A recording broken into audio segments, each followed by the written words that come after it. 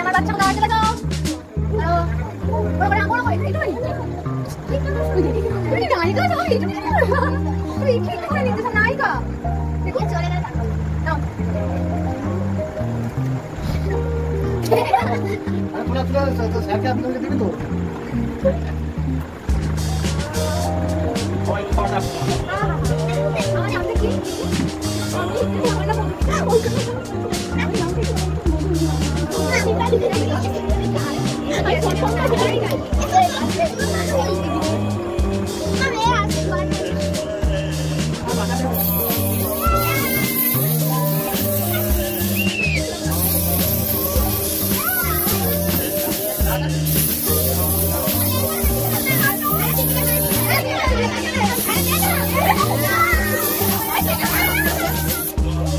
Good evening everyone. সকলকে জয় যিশু। একটাই লাইন এই সময় মনে পড়ে, সকাল থেকে এই জিনিসটাকে নিয়ে আমি ভাবছিলাম।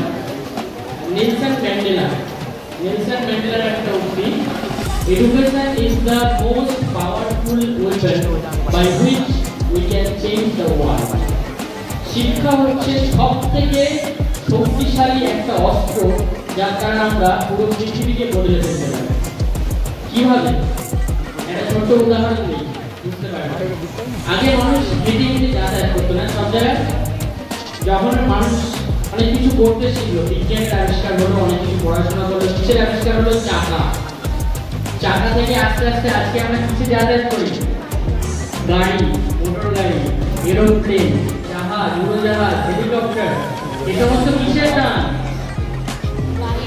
মানুষ যদি না শিখতো, উন্নত জীবন পেতাম। আজকে আমরা হাতের কাছে কত কিছু পাই। সকালে আমরা উঠে ঘুম থেকে ওঠা শুরু করে, রাত মাথা থেকে শুরু করে রাতে শুতে যাওয়ার পর্যন্ত আমরা যা যা ব্যবহার করি সমস্ত কিছু কিন্তু কার দান? শিক্ষার দান। আমাদের মধ্যে শিক্ষা এসেছিল, আমরা শিক্ষিত হয়েছিলাম, শিক্ষাকে কাজে লাগিয়ে আজকে আমরা এমন কিছু নেই। এখনো রিসার্চ করছে, আরো অনেক অনেক নতুন নতুন কিছু আবিষ্কার হচ্ছে প্রতিনিয়ত, কারণ বিজ্ঞান থেমে নেই, শিক্ষাও থেমে নেই। শিক্ষা হচ্ছে সেই চাকা, এটা সবসময় ঘুরে চলেছে, অগ্রগতি সামনে থেকে এগিয়ে চলেছে। তাই আমাদের শিক্ষিত হতে হবে, শিশুকে শিক্ষিত হতে হবে, সাথে সাথে বাবা মাদের দায়িত্ব তাদের শিক্ষিত করার পেছনে তাদেরকে শুধু টিচারদের হাতে ছেড়ে দিতে হবে না, বাবা মাদের যে ভূমিকা, যে তাদেরকে নজর রাখা তাদের প্রতি, তারা ঠিকঠাক পড়াশোনা করে শিক্ষিত হচ্ছে কিনা সেটাও আমাদের খেয়াল রাখতে হবে। ধন্যবাদ।